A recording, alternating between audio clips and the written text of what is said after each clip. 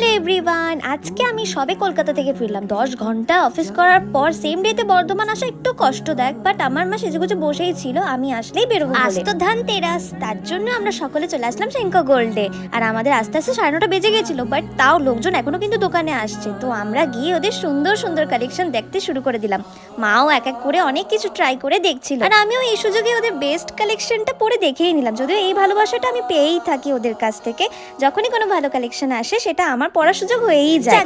আমি তো আমার শখ পূরণ করে নিলাম, আর এদিকে মা বাবারও যা নেওয়ার ছিল নেওয়া হয়ে গেছে, তো ওরা বিল করাতে চলে গেল। ততক্ষণ আমি আর মা কিছুক্ষণ বসেছিলাম আর ওদের ঘুরে ঘুরে দেখছিলাম কালেকশন কিরকম আছে বাকি।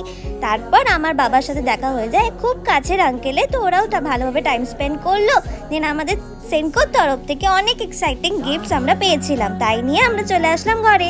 আর এসেই তো আমি একটা খুলে পরেও নিলাম, দেখছিলাম কেমন লাগে। আর বাকি ক্রমশ প্রকাশ্য দেখতে হলে সাথে দেখো। টাটা।